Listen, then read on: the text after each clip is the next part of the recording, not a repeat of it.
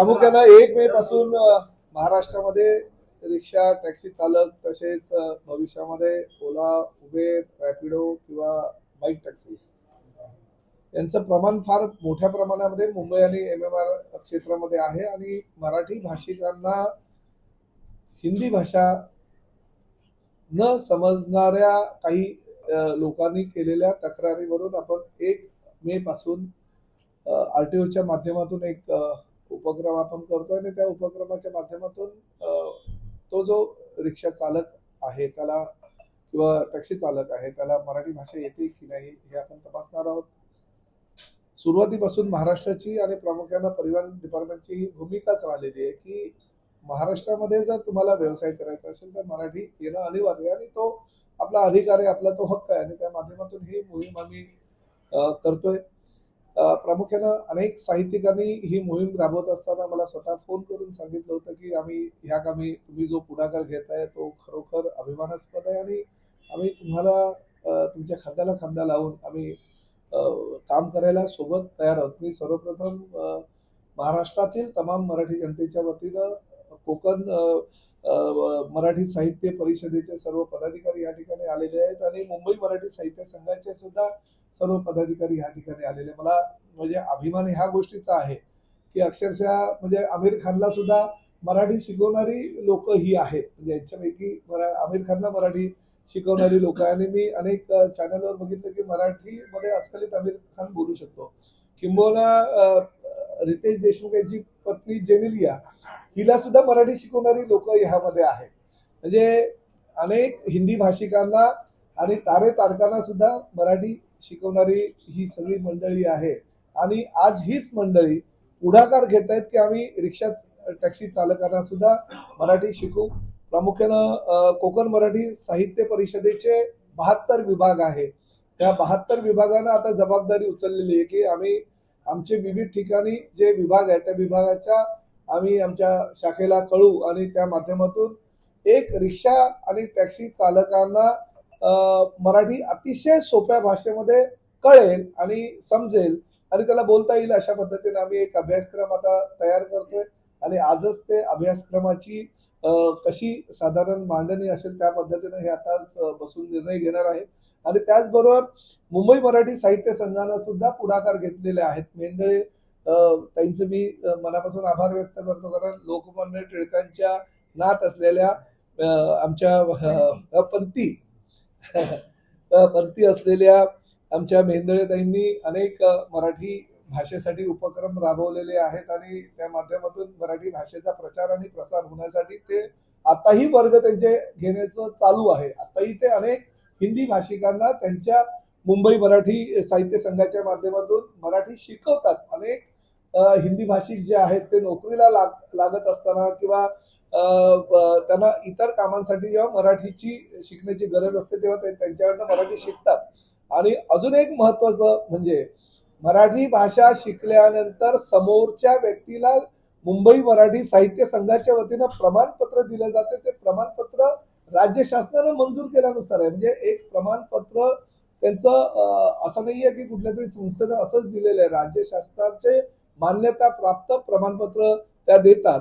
त्यामुळे त्याचा फायदा असा होणार आहे की यांच्याकडे जर मराठी कोणी शिकलं तर आम्ही भविष्यामध्ये लायसन्स देताना, बॅच देताना किंवा परमिट देताना ते प्रमाणपत्र त्यांच्याकडे आहे का अशी सुद्धा आम्ही अट घालू शकतो जेणेकरून ह्या प्रमाणपत्रानुसारच समोरच्याला लायसन्स, बॅच किंवा आम्ही परमिट देऊ शकू. त्यामुळे अतिशय सकारात्मक भूमिका ही मराठी साहित्य संघाने घेतलेली आहे. कौशल इनामदार ज्यांचं पहिलं गीत लाभले आम्हाचं भाग्य बोलतो मराठी हे पहिलं गीत त्यांनी मराठी भाषेविषयी आणि अभिमान गीत त्यांनी गायलं होतं आणि ठाण्याच्याच दादोजी कोंडदेव स्टेडियमवर त्यांनी ते पहिलं अभिमान गीत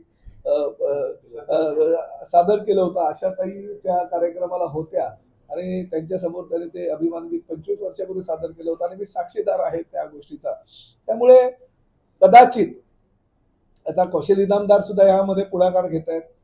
27 तारखेला आम्ही त्यांच्याबरोबर बैठक घेतोय आणि मराठी भाषेचा प्रचार प्रसार व्हावा, वादविवाद टळू नये आणि वादविवाद होत असताना FIR होतात, तक्रारी दाखल होतात, पोलिसांमध्ये गुन्हे दाखल होतात, ते गुन्हे होऊ नये यासाठी आम्ही हा उपक्रम राबवतोय.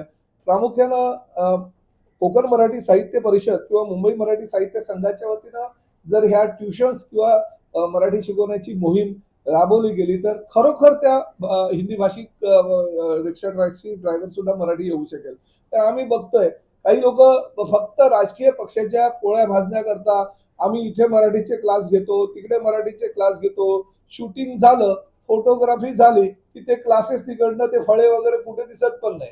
काही ठिकाणी स्टेशनवर असं बॅनर लावतात की आम्ही हिंदी भाषिकांना मराठी शिकवू, परंतु नंतर मग ते पेपरात बातमी आली किंवा टीव्हीवर बातमी आली की नंतर मग दुसऱ्या दिवशी मात्र ते बोर्ड दिसत नाही, ती शाळा पण दिसत नाही.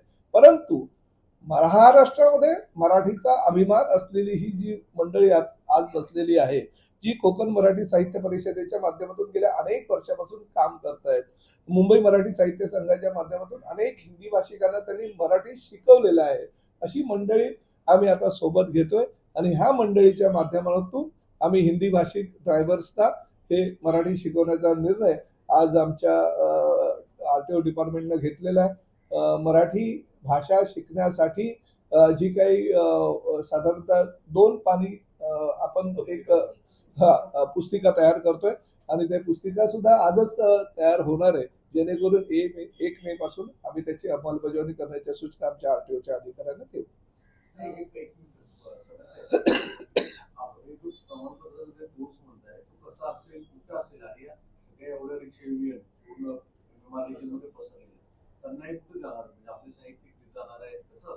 नाही, मी सांगितलं ना 72 शाखा आता त्या संदर्भात म्हणजे आमची आता बैठक झाली, परंतु मला असं वाटतं की ह्या संदर्भात आता कशा पद्धतीनं होईल त्याचं मेंदळे मॅडम आणि आमचे बाकीचे लोक मार्गदर्शन करतील. या मुद्द्यावर असं आहे की काल त्यांनी पत्रकार परिषद घेतली आणि त्यांनी म्हटलंय की 2017ला या संदर्भातला निकाल लागलेला आहे, तुम्हाला या निकालाची किंवा अशा पद्धतीची तुम्ही सक्ती करू शकत नाही, त्यामुळे तुम्ही कायद्याच्या विरोधात जाऊन वागताय असं त्यांनी तुम्हाला खडसावलं. कायद्याच्या विरोधामध्ये आम्ही काही वागत नाहीये. आम्ही न्याय देवताचा मान सन्मान ठेवूनच जे काही निर्णय आहेत ते RTO डिपार्टमेंटचे घेतो. सदावर्तेंच्या बाबतीत तुम्हाला मी सांगतो, त्यांच्या बँकेचं अध्यक्षपद त्यांच्या काही पदाधिकाऱ्यांकडे होतं, परंतु 16 तारखेला जी बँकेची निवडणूक झाली त्या निवडणुकीमध्ये आमच्या पक्षाचे सर्व उमेदवार जे होते ते निवडून आले आणि बँक त्यांच्या ताब्यातनं गेली, म्हणून त्यांनी ह्या मराठीचा जो मुद्दा आम्ही प्रामुख्याने घेतलेला त्याला विरोध करण्याची भूमिका आम्ही घेतलेली आहे.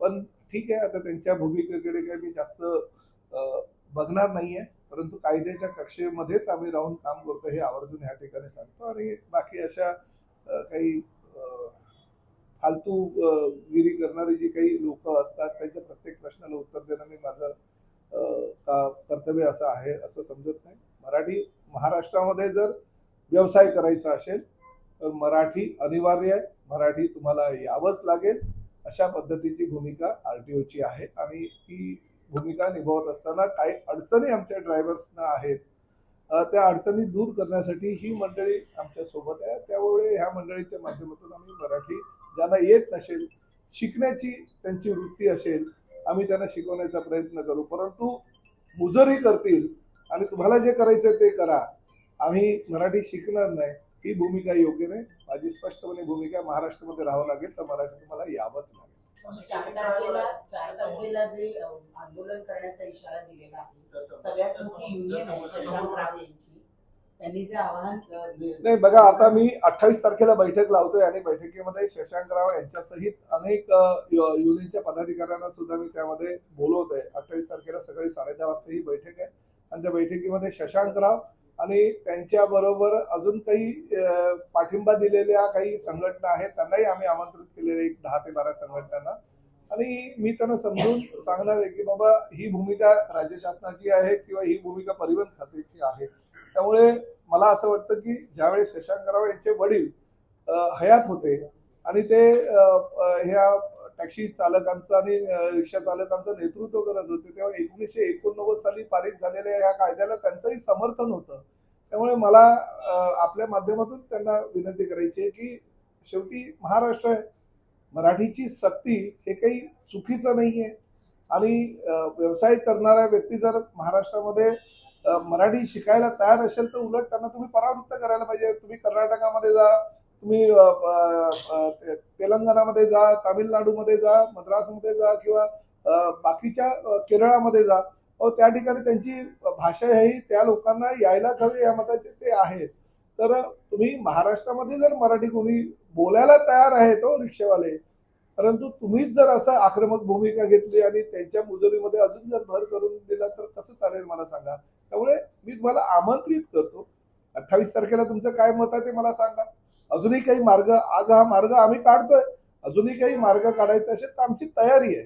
परंतु कृपा करून मी सांगतो, महाराष्ट्रामध्ये तुम्ही मुजोरी करू नका. महाराष्ट्रामध्ये व्यवसाय करायचा असेल तर तुम्हाला मराठी आलंच पाहिजे. नाही, आम्ही प्रामुख्यानं आज ही जी भूमिका आहे ही भूमिका आम्ही मांडली. कोकण मराठी साहित्य परिषद आणि मुंबई मराठी साहित्य संघाने ही जबाबदारी घेतलेली आहे. तुम्हाला मराठी बोलता येतं का, तुम्हाला मराठी समजतं का. आम्ही काय लिहायला वाचायला सांगत नाही, आम्ही काय परीक्षा घेत नाहीये त्यांची, परंतु जो नियम आहे त्या नियमानुसार तुम्हाला परवाने दिले गेलेले आहेत त्याची पाहणी करणार आहोत. आमचे जर आरटीओचे अधिकारी चुकले असते, आमच्या आरटीओचे अधिकाऱ्यांनी जर चुकीचे काही लायसन्स दिले असतील, बॅच दिले असतील, परमिट दिले असेल तर आम्ही आरटीओच्या अधिकाऱ्यांवर सुद्धा कारवाई करायला कुचराई करणार नाही. आम्ही त्यांच्यावरही कारवाई करू. परंतु 1 तारखेपासून आम्ही आमचा पूर्ण ज्या ज्या ठिकाणी प्रामुख्याने आता सुरुवातीला आम्ही एमएवर क्षेत्रामध्ये ही मोहीम आखणार आहोत. ज्या ज्या ठिकाणी शक्य होईल त्या त्या ठिकाणी आमच्या आरटीओचे अधिकारी येतील, तुमच्या कागदपत्राची छाननी करणार. कागदपत्राची छाननी केल्यानंतर काही बोगस कागदपत्राच्या आधारे सुद्धा लायसन्स, परमिट आणि बॅच दिल्याच्या तक्रारी आहेत, त्याची सुद्धा छाननी होईल. मराठी येतं की नाही, तुम्हाला समजते की नाही, तुम्हाला लोक जे मराठीमधनं बोलतात त्यांच्याबरोबर तुम्ही मराठी भाषेमध्ये व्यवहार करता की नाही याची छाननी ते करणार.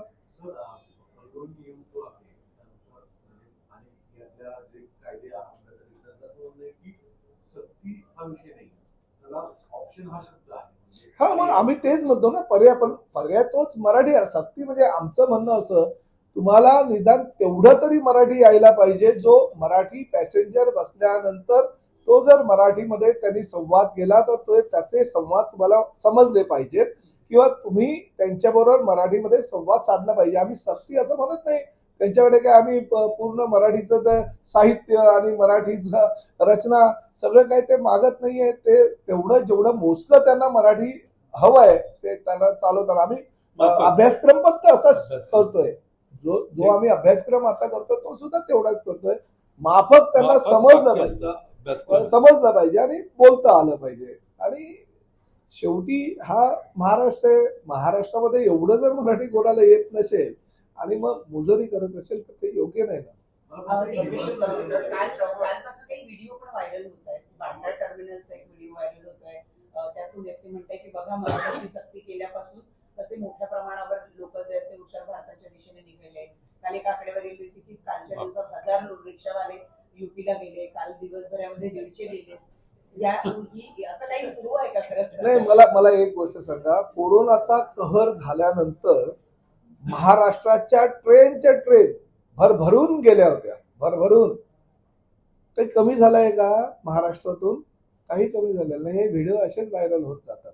त्यामुळे त्या व्हिडिओला आणि मला असं वाटतं मराठी बोलता येत नाही किंवा मराठी समजत नाही म्हणून बाहेर जाणारे अजून कोणी लोक मराठीला मावशी संबोधणारे सुद्धा आहेत आणि चक्क मराठीमध्ये आपल्याशी संवाद साधणारे अनेक हिंदी भाषिक आहेत. त्यामुळे आणि प्रश्न पहिला असा आहे की आम्ही कुणाचीही रोजी रोटी बंद करायचा बिलकुल भूमिका शासनाची नाही, परिवहन खात्याची नाही. उलट रोजी रोटी वाढावी यासाठी प्रयत्न करणारं हे शासन आहे.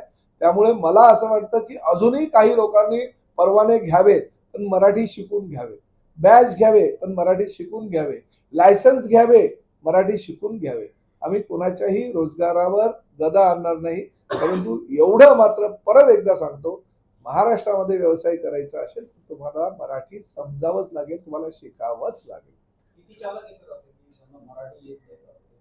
काय नाही, अजून सर्वेक्षण नाही झालं. मीरा भाईंदरचं सर्वेक्षण चालू आहे आणि त्याचा रिपोर्ट आम्हाला 28 तारखेला येणार आहे.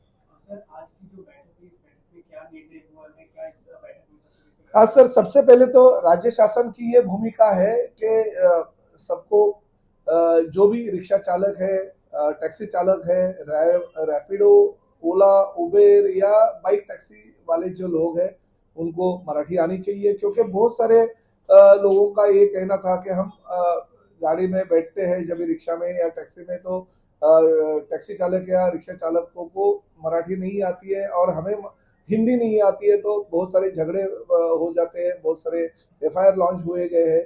तो हमने ये निर्णय किया कि महाराष्ट्र दिन है 1 मई, तो हम जब भी रिक्शा चालकों को या टैक्सी चालकों को लाइसेंस देते हैं, बैज देते हैं, उनको परमिट देते हैं, उस वक्त मराठी उनको आनी चाहिए, समझनी चाहिए। ये भावना रखते हुए हमें ये सब लाइसेंस उनको अगर देते हैं तो उनको मराठी आती क्या नहीं, ये हम देखना चाहेंगे 1 तारीख से।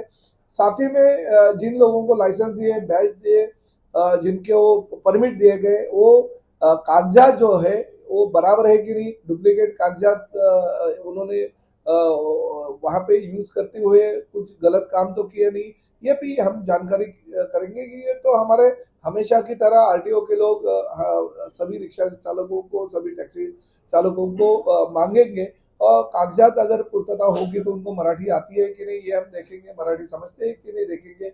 और ये अगर सब सही होगा तो सवाल ही नहीं आएगा। मगर जो नहीं समझते रहेंगे, जो नहीं उनको अगर मराठी आता रहेगा, तो उनको मराठी सिखाने के लिए हमारे कोकण मराठी साहित्य परिषद और मुंबई मराठी साहित्य संघ के लोग आगे आए हैं। वो लोग कुछ उनके लिए अभ्यासक्रम रखेंगे, उस अभ्यासक्रम का माध्यम से वो लोग मराठी सिखाएंगे। और सीखते हुए आप अगर फिर एक बार अगर हमारे पास मांग करोगे कि हमें वक्त चाहिए, हमें टाइम चाहिए, तो देने की कोशिश भी हम करेंगे। इंस्पेक्शन की जो शुरुआत है वो क्या हो चुकी है, क्या नहीं, मीरा भाईंदर के लिए हमने सिर्फ कुछ कंप्लेंट आई थी, वहां के लोक प्रतिनिधियों की थी। 28 तारीख तक उसका रिपोर्ट हमारे पास आ जाएगा। मीरा भाईंदर का होने के बाद 1 तारीख से पूरे कोकण रीजन में, सबसे पहले हम एमएमआर रीजन में सबसे ज्यादा ये रिक्शा और टैक्सियों की संख्या है, इसलिए कोकण रीजन में हम ये मुहिम करेंगे 1 मई यानी महाराष्ट्र दिन से। और वो जो हमारा मुहिम है उसके अंतर्गत हम लोग सब बैच रिक्शा चालकों के और वैसे ही परमिट और लाइसेंस भी, कागजात जो उनके हैं वो बराबर दिए गए नहीं, क्योंकि जब भी कागजात दिए गए उनको तभी हमने वहां पे ऐसे कंपलसरी लिखा गया है उसमें कि मराठी जो है उनको आनी चाहिए और मराठी उनको बोलनी चाहिए, समझनी चाहिए, ये हमारा निकष है। उसमें वो बैठते कि नहीं ये देखेंगे और फिर उसके ऊपर हम लोग मार्ग निकालेंगे। देखेंगे ना, हमारे आरटीओ के लोग उनके साथ बात करेंगे और बात करते हुए समझता तो है ही। स्पीकिंग सिर्फ बोलना और समझना आता है कि नहीं, लिखा पढ़ी कुछ भी नहीं। नहीं, कुछ भी नहीं, गवर्नमेंट की ओर से देगा और कोई फ्री ऑफ कॉस्ट सब मिलेगा। के लिए तो ये सब कर रहे हैं, डर के मारे इस महाराष्ट्र में कोई भी व्यवसाय मत करो भाई, सीखो मराठी बहुत अच्छी है और हिंदी और मराठी में ज्यादा फर्क नहीं है। हिंदी और मराठी अगर थोड़ा सा सोचेंगे तो हिंदी भाषिकों को मराठी 1 घंटे में भी आ सकती है, मगर आप सोचेंगे भी नहीं, समझेंगे भी नहीं, किसी के नाद पे लग के अगर आप ऐसी भाषा करोगे कि नहीं आपको जो करना है हम मगर मराठी नहीं सीखेंगे, चलेगा नहीं। ये राज्य शासन मराठी भाषिकों को, राज्य शासन है मराठी भाषिकों को ज्यादा से ज्यादा प्रोत्साहन देने वाला ये हमारा राज्य शासन है। और इस माध्यम से आप भी मराठी सीखो, आपका उसको फायदा ही है, नुकसान थोड़ी है। थोड़ी पैसे कोई मांग रहे हैं आपको सीखने के लिए। एक तब्दीली खाली मैं बोलता हूँ, उससे आपके सब जाएंगे। हम माफक मराठी के बारे में बोलते हैं, ये जो बोलते हैं मराठी आनी चाहिए, तो उस हिसाब से पूरी मराठी आनी चाहिए ऐसा नहीं है। व्यवहार के लिए जो लगती है, मतलब रिक्शा में बैठने के बाद कहाँ जाते हो, कैसे जाते हो, कितने पैसे हो गए, ये जो 10 सेंटेंस है, मेरे ख्याल से 10 या 20 सेंटेंस रहेंगे, वो उतने ही करने हैं। मराठी आनी चाहिए ऐसा नहीं, मराठी में जो व्यवहार करते हैं रिक्शा वाले, वो रिक्शा वालों के लिए जो आवश्यक बातें हैं, 10 सेंटेंस होंगे, 5 सेंटेंस होंगे, वो आनी चाहिए। तो इसके लिए उसका टेंशन लेने की और जरूरत एक नहीं। बात आप लोगों को म्हणजे मराठीमध्ये पण हे सांगतो की मराठी राजभाषा अधिनियम आहे जो राज्य शासनाच्या परिवहन विभागाला पण लागू आहे. काही लोक हा नियम आहे हे कोर्टात गेले होते, मग ते कोर्टात गेले होते. मराठी राजभाषा अधिनियम आहे आणि त्या अधिनियमामध्ये तरतूद आहे की प्रत्येक डिपार्टमेंटला मराठी हा अनिवार्य आहे आणि मराठी राजभाषाच्या अधिनियमानुसार ही सगळी कारवाई चालू आहे आणि संवादात्मक फक्त मराठी शिकावं हीच भूमिका आहे. कितना टाइम दिया जाएगा ऑटो या टैक्सी ड्राइवर्स को मराठी सीखने के लिए? 28 तारीख के लिए जब 28 तारीख को जो बैठक होगी तो बैठक में जब भी वो कुछ मांग करेंगे तो उस मांग के हिसाब से वक्त दिया जाएगा. मगर ये तो मैंने वही कहा है कि पूरा का पूरा मराठी थोड़ी आपको सीखना है. अभी बाद में आप अगर एक बार बोलते जाओगे तो पूरा मराठी सीखोगे, आप खुद मराठी के प्राध्यापक बन जाओगे. हमारी शुभकामनाएं है आपको. लाइसेंस कैंसिलेशन के भी टर्म्स होंगे अगर देखेंगे आगे. पहले देखिए, आप ही बोलते हो कि लोग भाग जाते हैं. हमारे यही कहना है कार्रवाई जरूर होगी. किस तरह की कार्रवाई होगी ये हम डिसाइड करेंगे. सर, पण सर, वेगळा एक प्रश्न आहे. इथून पुढे मग लायसन्स काढताना रिक्षा चालक किंवा ऑटो चालक लायसन्स काढतानाच त्यांना हा सब्जेक्ट किंवा हे कंपल्शन नसणार नाही. बघा, मोटर परिवहन विभागाच्या नियम 4/28 आणि नियम 85 मध्ये आवश्यक ते बदल करण्याचा आता निर्णय घेतलेला आहे. उद्या लायसन्स देत असताना, बॅच देत असताना, परमिट देत असताना जर काही आम्हाला आमच्या डिपार्टमेंटच्या नियमावलीमध्ये काही बदल करायचे असेल तर ते बदल सुद्धा आम्ही करू. म्हणजे काही जे मध्ये अधेमध्ये बोलतात ना की हे असं आहे ते तसं आहे, हा अधिकार नाही आहे त्यांना, तो अधिकार नाही, तो अधिकार सुद्धा घेण्याचा अधिकार हा आमच्या डिपार्टमेंटला आहे. सर, एक वेगळा प्रश्न आहे. तुमच्या पक्षाचे आमदार संजय गायकवाड यांना एका वार्ताहराला दिले आहे. शिवशंकर होता या पुस्तकाच्या प्रकाशकाला घरात घुसून मारू, पानसरे सर्वे त्यांच्या हालपूर्व अशा प्रकारचं वक्तव्य दिलं आहे. काँग्रेसने म्हटले का पानसरे त्याचा सुद्धा सहभाग असू शक्यता आहे. वारंवार असे मला काही त्या संदर्भात माहिती नाही. मी तर फक्त मराठीच्याच मागे लागलेलो आहे सगळं आणि सगळे साहित्यिक विचारे लांबून आलेले. शासकीय कर्मचाऱ्यांचा संप सुरू आहे. त्याचा एक गैरफायदा असं घेतला जातोय की अनेक सेतू कार्यालयामध्ये वेगवेगळे प्रमाणपत्र देत जातात. ऍडमिशनची प्रोसेस सुरू होते त्या दरम्यान अनेक जण विद्यार्थी जातात, प्रमाणपत्र काढतात. ऑब्व्हियसली प्रशासकीय यंत्रणा 7-12 पासून सगळ्या काही चालतात. अशा ठिकाणी कर्मचाऱ्यांचा संपाचा फायदा घेऊन जे उपस्थित कर्मचारी ते अतिरिक्त पैसे मागतात आणि प्रमाणपत्र देत आहेत. एका साईडला अधिकाऱ्यांची मुजोरी सुरूच आहे आणि दुसऱ्या बाजूला पैसेही अतिरिक्त घेत आहेत. मी आता बैठक आहे वर्षावर मुख्यमंत्र्यांकडे, तर त्या संदर्भात त्यांच्याकडे शेवटी निर्णय मुख्यमंत्र्यांचा आहे त्या संदर्भात, तर त्यांच्याशी चर्चा करू. दुसरं की परिवहन खात्याच्या सीएम जमावर बैठक असंही सांगितलं होतं की या विभागात सुद्धा त्यांच्याकडे काही रिक्षाच्या संघटनांनी मागणी केलेली आहे की जी तुमचा आग्रही भूमिका आहे त्या संदर्भात चर्चा करावी. नाही काही नाही. चर्चा आमची कालच झाली. उपमुख्यमंत्री, मी आणि मुख्यमंत्री होतो आणि जी चर्चा व्हायची मुख्यमंत्री आणि उपमुख्यमंत्री म्हणून, माझ्या पक्षाचे प्रमुख म्हणून जी चर्चा करायची होती ती चर्चा त्यांच्याबरोबर झालेली आहे. आज विषय परिवहनचा हा वेगळा आहे. जो आज बैठक जी आहे तो वेगळा विषय. माझी चर्चा शेवटी त्यांच्याशी झालेली आहे. काय सांगायचं ते त्यांनी मला सांगायचं आहे आणि मी काय सांगायचं ते त्यांना सांगितलेलं आहे. त्यांचा पाठिंबा आहे तुमच्या या म्हणजे तुमच्या विभागाच्या या कृतीला त्यांचा बघा, राज्य शासनाच्या नियमामध्ये जे काही आहे ते पूर्णपणे नियमानुसार करण्याचे त्यांनी मला अधिकार प्रदान केलेले आहे नियमानुसार. सर, माफक संदर्भात माफक विषय असं करण्यासाठी काही जण प्रयत्न करतात, असं वैभव आणि पवार कुटुंबीय म्हणतात. कसं होतं याचं राजकीय? नाही, अजून काही नाही. आता उद्या तर इलेक्शन झाल्यानंतर मग, पण शक्यतो कुटुंबामध्ये वाद होता कामा नये. पवार विरुद्ध पवार होता कामा नये, ठाकरे विरुद्ध ठाकरे होता कामा नये, शिंदे विरुद्ध शिंदे होता कामा नये, फडणवीस विरुद्ध फडणवीस असं काही होता कामा नये. ह्या मताचा मी आहे. शेवटी कुटुंब आहे. कुटुंबाने एकत्रित राहावं आणि गेल्या अनेक वर्षापासूनची महाराष्ट्राची जी परंपरा आहे आणि ह्या मताचं मी आहे. त्यामुळे कुठेही कुटुंबामध्ये वाद होऊ नये असं मला तरी स्वतःला वाटतं. शिवसेनेचं पक्षचिन्ह आणि पक्षावरती आज सुप्रीम कोर्टामध्ये सुनावणी आहे.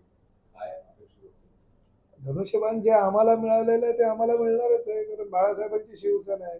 एकनाथ शिंदे साहेब बाळासाहेबांचे विचार घेऊन पुढे जात आहेत आणि त्या माध्यमातून ह्याच धनुष्यबाणावर 60 आमदार आणि 7 खासदार एकनाथ शिंदे साहेबांवर विश्वास ठेवून निवडून आलेले आहे. त्यामुळे जो अधिकार आमचा आहे, जे चिन्ह आमचं आहे ते आम्हाला मिळणार याची आम्हाला खात्री आहे. फक्त न्यायालयाचा निर्णय काय लागतो त्या निर्णयावर सगळं काय अवलंबून आहे.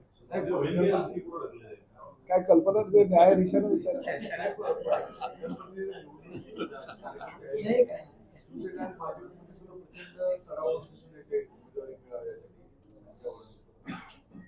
बघा, चढाओढ असणं काही वाईट नाहीये, काही चुकीचं नाहीये, कारण शेवटी पक्ष कार्यकर्त्याला विधान परिषदेच्या माध्यमातून संधी पक्षाच्या प्रमुखांकडून मिळत असते.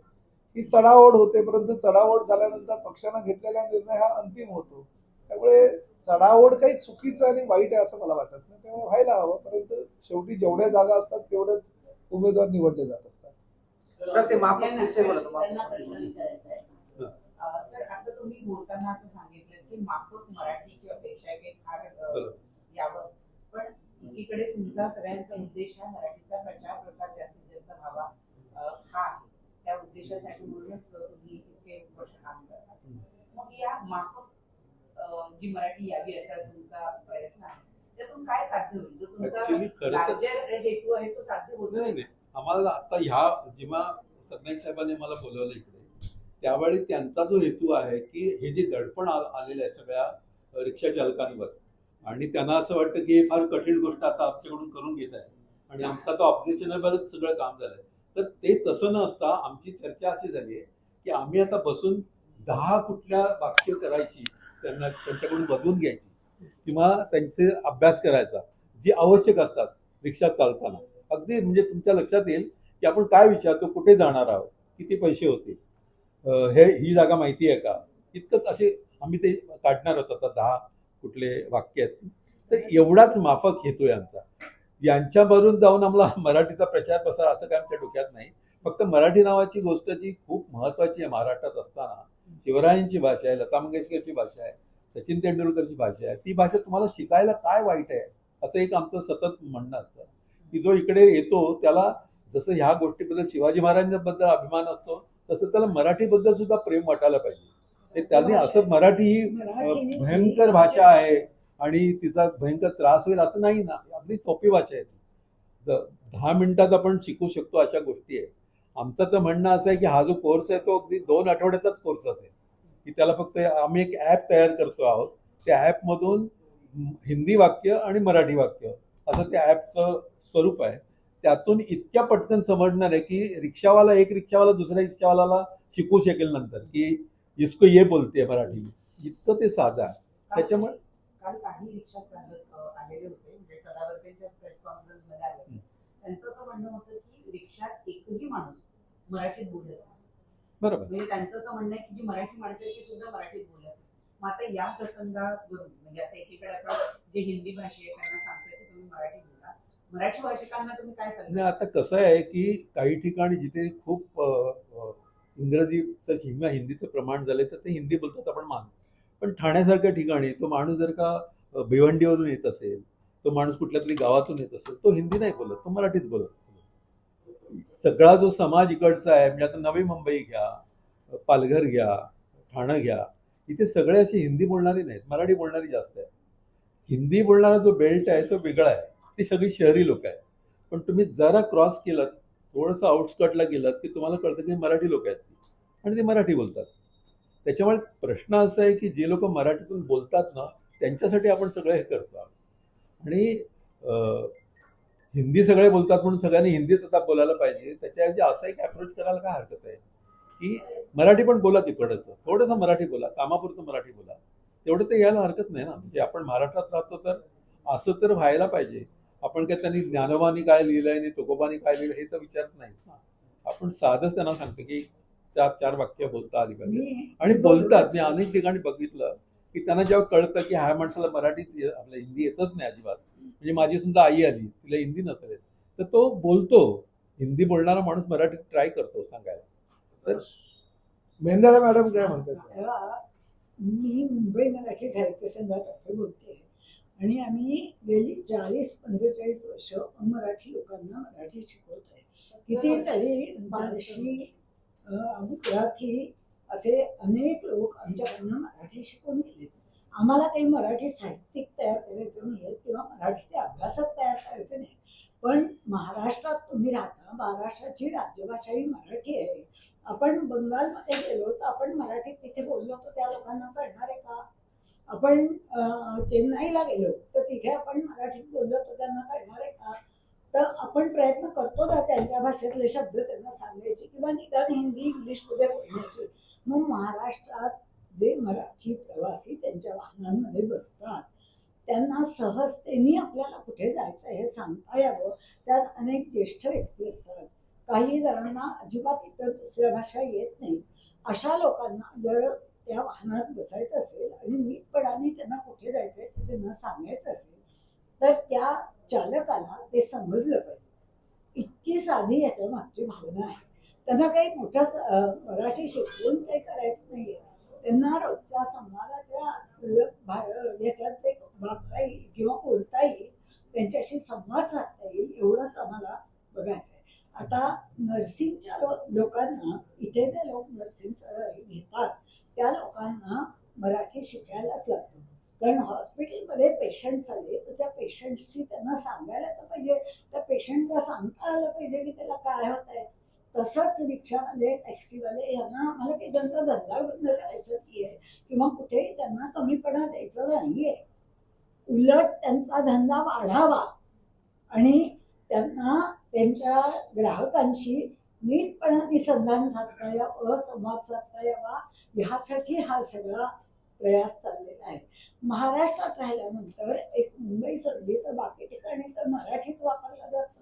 मुंबईतच थोडं असं आहे की इतर भाषिक लोक मुंबईत आहेत आणि ह्यामुळे थोडं आपलं सुद्धा असं होतं की आपण टॅक्सीत किंवा रिक्षात बसलो तर पटकन आपण त्यांना हिंदीत बोलतो. हे एकतर आपणही शिकलं पाहिजे की आपण महाराष्ट्रात राहतो, आपण मराठीतच त्यांना सूचना द्यायला पाहिजे. हे आपण लोकांनी पण शिकलं पाहिजे. आणि दुसरी गोष्ट, त्या लोकांनी पण आपल्याला विचारलं पाहिजे. आता ह्याच्यासाठी काही सोप्या गोष्टी यांनी सांगितलं तसंच आम्ही करणार आहोत की अगदी साधी साधी वाक्य, कुठे जायचंय, किती पैसे झाले, हे त्यांनी सांगता त्यांना यावं एवढंच आम्हाला हवं. त्या दृष्टीनेच आम्ही अभ्यासक्रम म्हणण्यापेक्षा फक्त ही काही वाक्यच आम्ही तयार करणार आहोत. आणि दुसरी गोष्ट अशी की ही आम्ही ॲपवरनं सांगण्याचा सुद्धा प्रयत्न करणार आहोत की जसं त्यांना काही कुठल्याही क्लासला जायला नको, कुठे फिया देऊन शिकायला नको, काहीच नको. सततच लहान मुलं सुद्धा सतत रील्स आणि हे बघतच असतात. त्यांनी रिक्षा टॅक्सीवाले सुद्धा बघत असतात, ऐकत असतात. त्यात त्यांना कोणतीच मराठी भाषेतली काही वाक्य शिकवली गेली तर ते सहज बोलू शकतील आणि त्याचा त्यांच्या धंद्याच्या दृष्टीने, व्यवसायाच्या दृष्टीने सुद्धा नक्कीच फायदा होईल. ऍप देणार, टाईप दिलं जाईल. ऍप देणार, आणि छोटी app पुस्तिका देण्याचा तयार करायचा प्रयत्न चाललाय.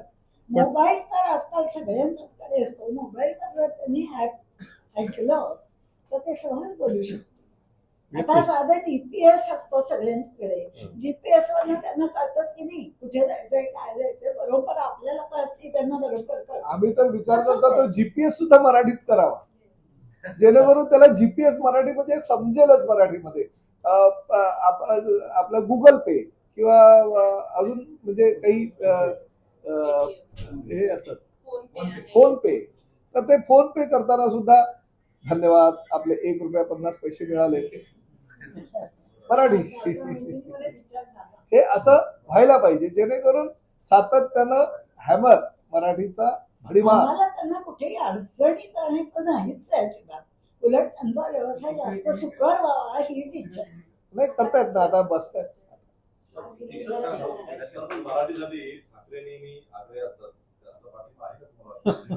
कल्पना नाही, आपण माझ्याशी त्यांना विचारलं पाहिजे. आपण विचार नाही. पण मराठीसाठी मला असं वाटतं की मराठीसाठी महाराष्ट्रातल्या तमाम राजकीय पक्ष हा पाठिंबाच देत असतो. हा इतिहास आहे. काही कुठल्या मराठीचा ठेका काय कुठल्या एका पक्षानं घेतलेला नाहीये. त्यामुळे मराठीसाठी सगळे एकवट आणि एकवटायला हवं. किंवा असा विषयच नाहीये.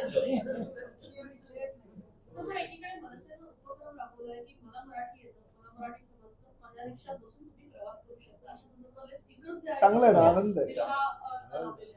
आनंद आहे. त्यांना आणि जे जे शक्य आहे ते हे- त्यांनी मराठी शिकायला. सगळ्यांना मला आव्हान आहे उलट सगळ्या राजकीय पक्षांना की त्यांनी आपापल्या पक्षाच्या संघटनेचे जे पदाधिकारी आणि कार्यकर्ते जे रिक्षा चालवतात, टॅक्सी चालवतात, किंबहुना त्यांना जरी सुरुवात केली मराठी शिकवायला तरी मला असं वाटतं हे प्रश्नच निर्माण होणार नाही. सर, अभी वेस्ट बंगाल और तमिलनाडु में इलेक्शन है, आपकी अलग पार्टी वहाँ पर भाजपा ने क्या कहीं क्या उम्मीद कर रही है इस बार? ये मुझे पता नहीं, जो चीज मुझे पता नहीं है। पश्चिम बंगाल में इलेक्शन ठीक है, नहीं आज तो हम सिर्फ ये मराठी के ऊपर ही चर्चा करें। धन्यवाद।